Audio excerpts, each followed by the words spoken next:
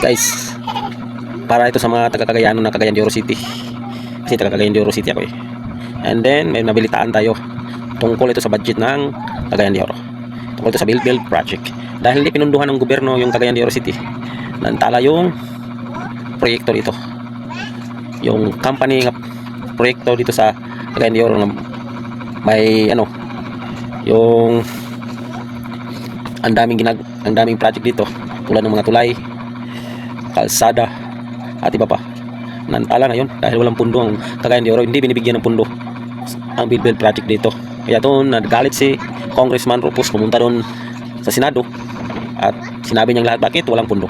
At ngayon buwan ng March na, tapos nilimitan sila April, hindi na sila magtatrabaho.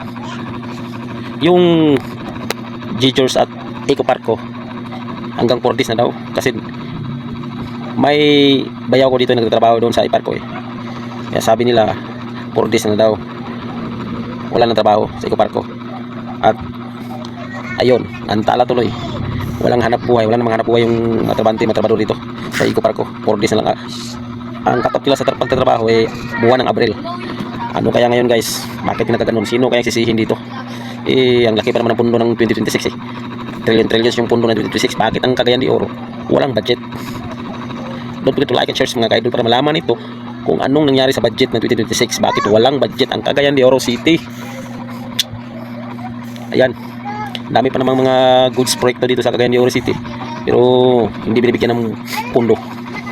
Trillions ang pinalabas nila ng pundo sa 2026. Bakit walang pundo ang Cagayan de Oro City? Ayan, tignan nyo mga ka-idol kung anong mangyayari.